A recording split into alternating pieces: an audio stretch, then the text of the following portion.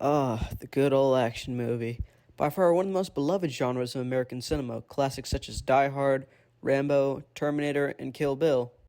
The hardcore action genre had seemingly diminished in the early 2010s with not enough quality movies coming out. That is until the release of the John Wick movies. These were hardcore, gritty, and brutal movies that captured the magic of early classics while still managing to be something fresh and new. Lately, audiences have also been longing for more of these. I've seen the popularity differences between the box office bomb that is Ant-Man and the Wasp Quantumania and the box office behemoth that is John Wick 4. Audiences are getting tired of bland and uninspired CGI fights, with no real weight or levity to most of them, and CGI that makes you want to tear your eyeballs out at some points, like the CGI in Thor Love and Thunder and Ant-Man and the Wasp Quantumania. Go ahead, boy. Thankfully, that's leading audiences to give their money to more movies like John Wick 4. This leads me neatly to one of those movies, who just so happened to be written by the same person, Derek Kolstad. This movie is Nobody, a hardcore action movie about a retired CIA operative who's forced to come out of retirement after accidentally killing a Russian mobster's brother in a search for his daughter's bracelet.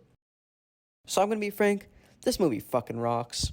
For starters, like its very similar counterpart John Wick, it has an R rating, allowing it to have fully fleshed out action scenes with brutality, levity, and creativity. Take the scene where our main character, Hutch, is in a bus trying to prevent a girl from being harassed by some Russian goons.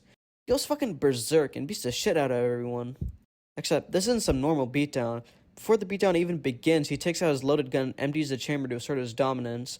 Not only is this badass, but this is the first display of violence we see Hutch enact in this movie, and god damn is it a sight to see. You see, before this scene, Hutch tries very hard to repress his dark side and tries to avoid violence or conflict for the most part before the mugging, even letting the robbers who mugged him and his family get away after seeing their gun was unloaded. But he's having a bad day, and after all the repressed negative emotions in him build up over time, those hooligans harassing that girl gives him the excuse to use them as an outlet for his anger. And boy is he angry.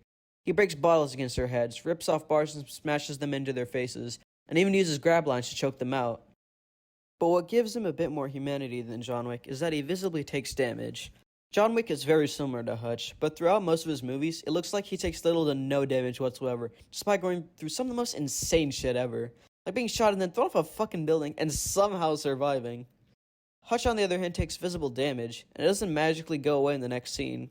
Throughout the movie, after each fight Hutch endures, his appearance becomes more and more bloody and dirty. It's a small touch, but a great one that shows that despite his near superhuman abilities, he's still human and will take damage after each battle. But Nobody isn't just a fun and brutal action movie, it's a movie with some good emotional beats too. At the beginning of the movie, Hutch is depicted as a pathetic, lonely loser whose family barely show him real affection aside from his daughter. There's a scene where he's trying to sneak upstairs after coming back home from the bus brawl when his wife sees him as he couldn't sleep. Rather than Hutch making up some cheap quick lie to avoid suspicion, he comes down the stairs and it's revealed that his wife knows of his past, and she has a history of patching him up after his battles. During this, Hutch has a genuinely emotional conversation with his wife about his loneliness and fear of them drifting apart further, and expresses a desire to love each other like they used to.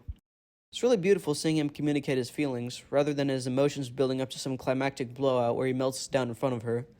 His wife says nothing throughout or even afterwards, with only her tearful eyes showing how she feels about this. Throughout the movie, there is a pillow in the middle of their bed, which is a great metaphor for how distant and closed off they've become to each other. After that conversation and some inner reflection, Becca removes the pillow and falls asleep with her hand on his arm, as to indicate that she's trying to show him affection once again. It's great stuff that a lot of other movies would use cheap dialogue to express, rather than trust its audience to understand. There's also little moments here and there between him and his family that show him try to regain the love he used to receive from them. Like the scene where, out of the blue, he compliments his son for the tackle he used on the robber the night of the mugging. I don't really have many bad things to say about this movie, honestly. There's a few things I could criticize, I guess, like his dad somehow taking out guys left and right despite being over 90, the lack of development in Hutch's relations with his son and daughter, him still standing after every battle despite all the injuries he suffered, the guy he attacked on the bus just happening to be the brother of a Russian mob boss, not explaining the relationship between him and Harry, and so on and so forth. But none of these things take away all that much from the movie. There's only one really big complaint I have, though, and that's that after his daughter tells him her bracelet is missing, he doesn't look around for it first and instead assumes the robbers took it, which is the dumbest decision made in the whole movie. This is because if he just looked around the house first, he would have found it on the couch where he and his daughter slept after the mugging, and would have subsequently avoided being involved with Yulian, the Russian mobster, at all. I guess it's alright since it strengthened his bond with his family, but still pretty dumb for a smart character to not do something as simple as look around first. I'm fine with it since it gave us a kick-ass movie. Overall, Nobody's a kick-ass action movie with a good emotional core that deserved better, although a sequel has been greenlit, so hopefully it receives more recognition. Well, I'm tired of writing, so I'm gonna call it a day here. This has been just another guy signing off to go do something else. Like, subscribe, share, do all that YouTube shit, and I'll see you in the next one.